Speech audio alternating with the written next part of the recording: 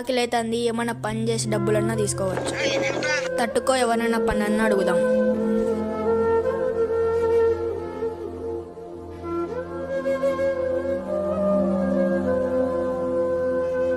ఇక్కడ ఏమైనా పని ఉంటే ఇవ్వండన్నా చేస్తాను. అరే బాబు, చూసేకి చిన్నపిల్లాడిలా ఉన్నావు, పని ఎలా చేస్తావురా? అమ్మ నాన్న ఉన్నారు. అన్నా లేదన్నా, మేము చాలా బీదవాళ్ళము, అందుకే పని చేయడానికి వచ్చాము. సరే బాబు, రేపు పెళ్ళిళ్ళు మోస్తావా?